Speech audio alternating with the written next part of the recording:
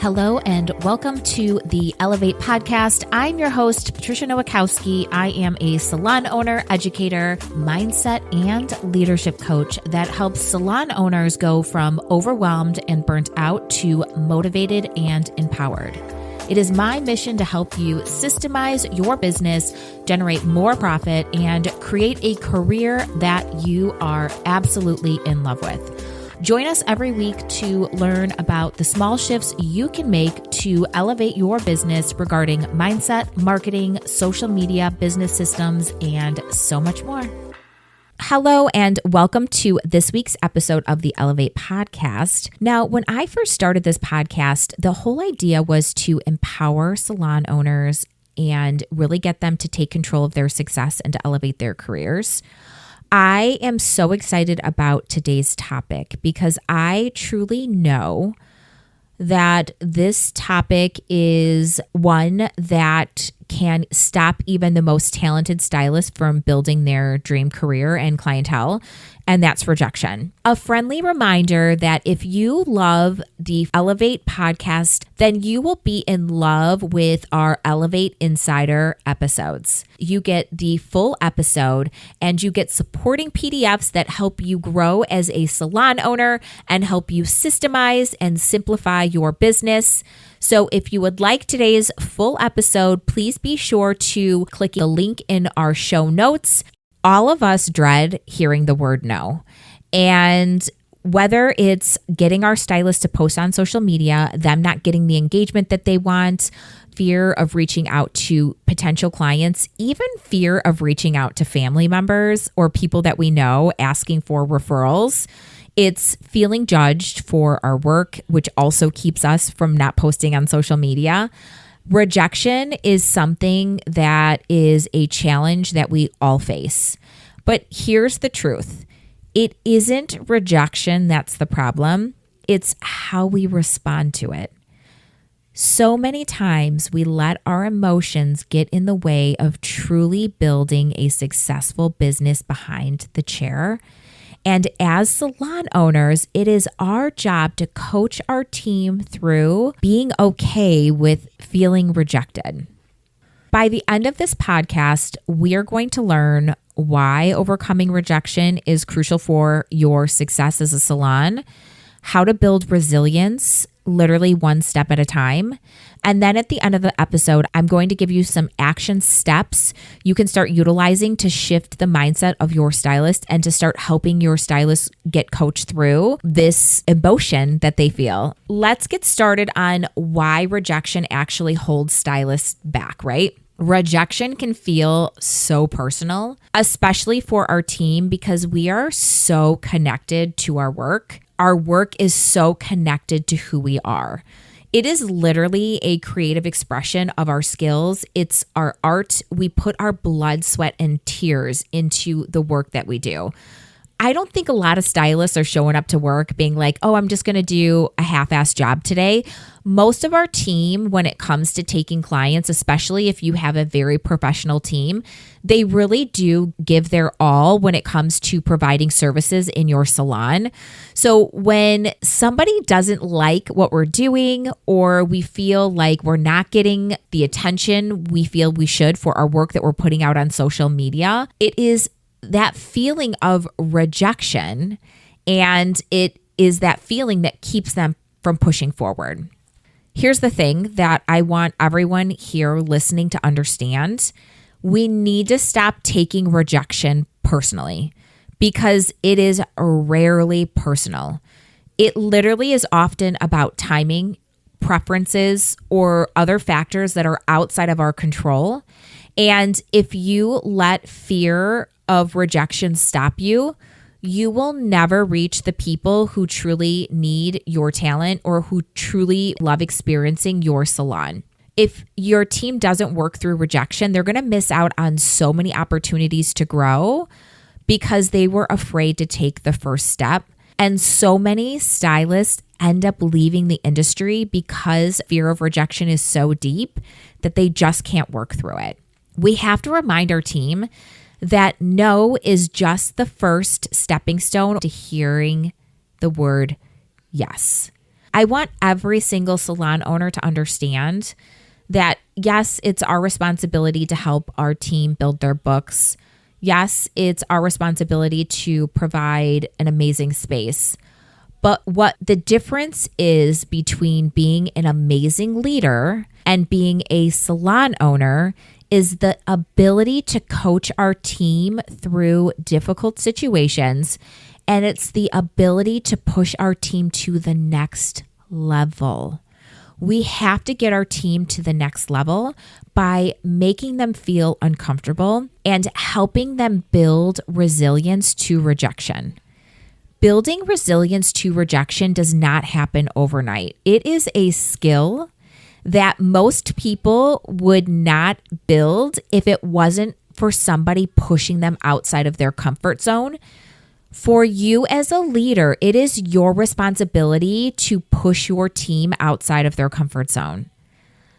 Pushing your team outside of their comfort zone is what builds the feeling of success for them in your business.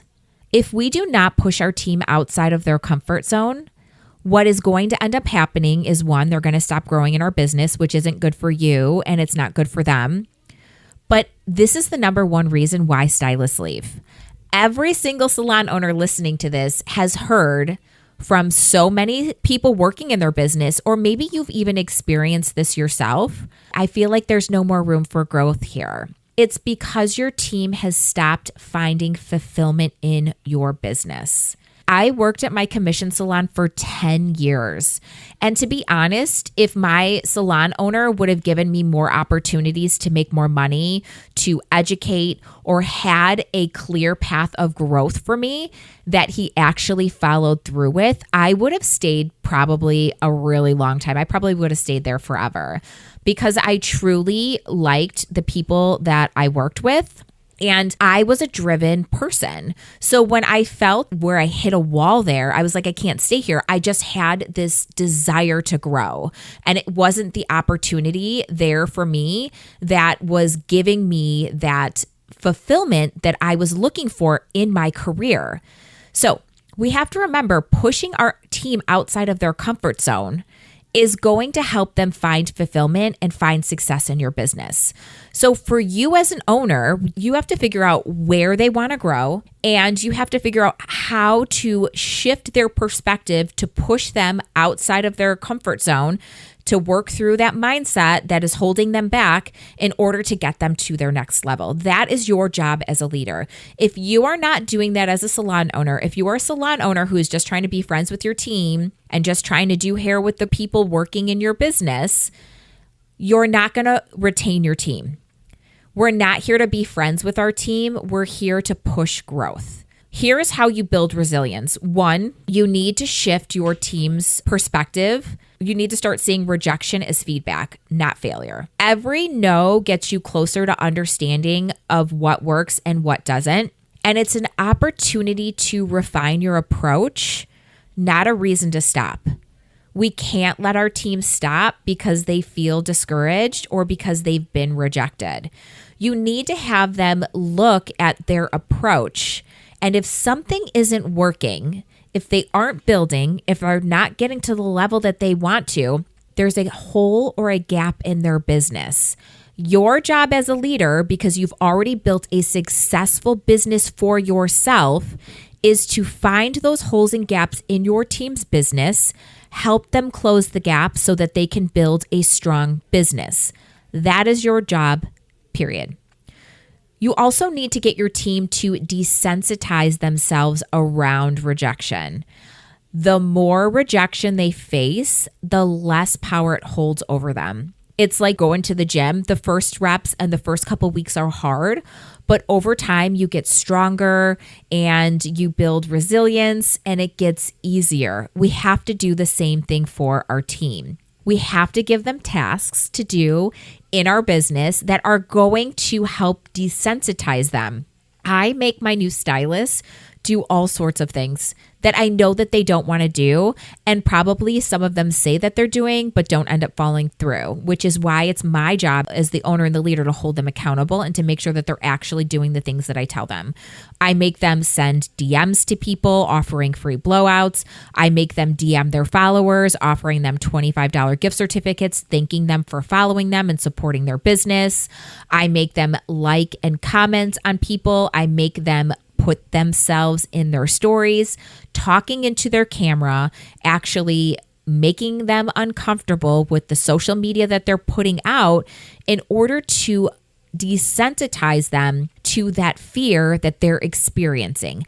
Every single time we do something new or we do something for the first time, it feels scary.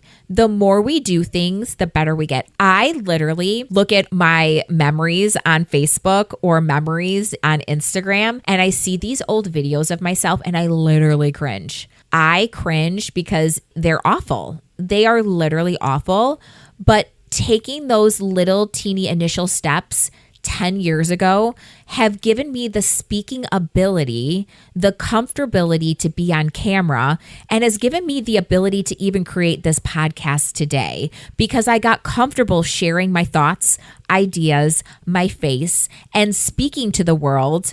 And it definitely was a long journey, but taking baby steps over time has built the confidence of where I am today.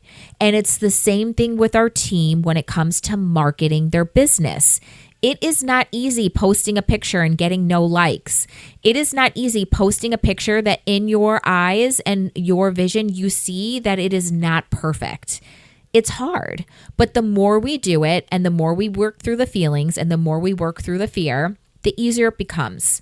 So it's your job as an owner to make sure that your team is doing those things, because the more confidence they build, the more fulfillment they find in your business, the longer you're going to retain your team, the more successful they will be, the more successful your salon will be.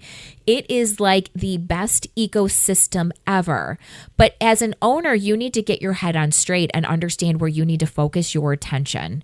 And the only way you're going to grow and scale your team is to coach your team. And this is one of the things that you need to make a primary focus on when it comes to building stylists and when it comes to getting your stylists who are mid right now to their next level to be a six-figure stylist. You have to push through that discomfort and you have to build resilience on rejection.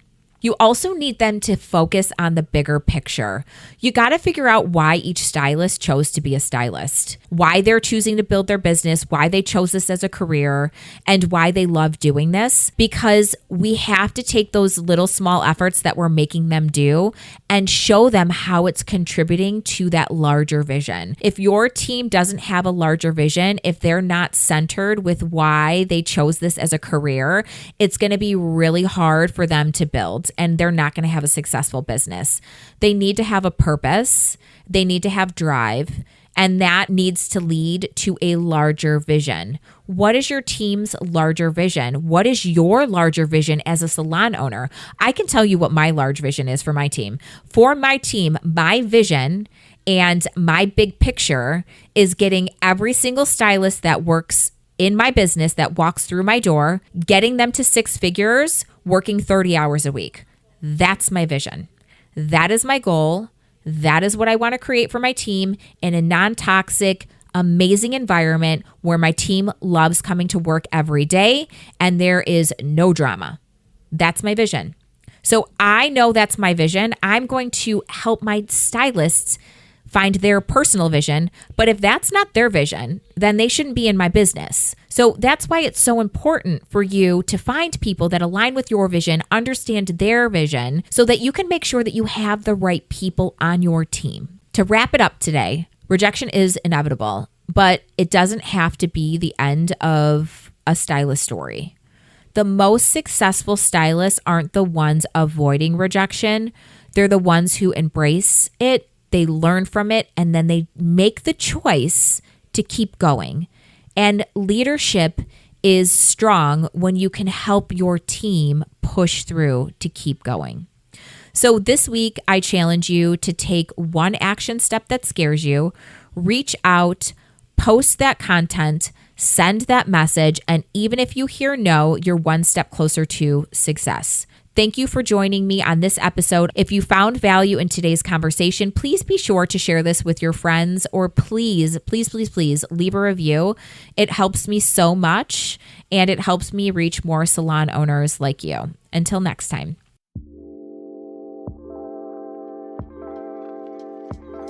Thanks for tuning in to the Elevate podcast. If you loved this episode, it would mean the world to me if you would leave a review on Apple Podcast or wherever you listen. The Elevate podcast is hosted by me, Patricia Nowakowski, and is produced by Opulent Beauty Pro. To receive my free business guides, visit opulentbeautypro.com/free or click the link in the show notes. You can find me on Instagram at Opulent Beauty Pro or at Patricia_Nowakowski_OBS. If you love this show, please consider subscribing, and we will see you next week.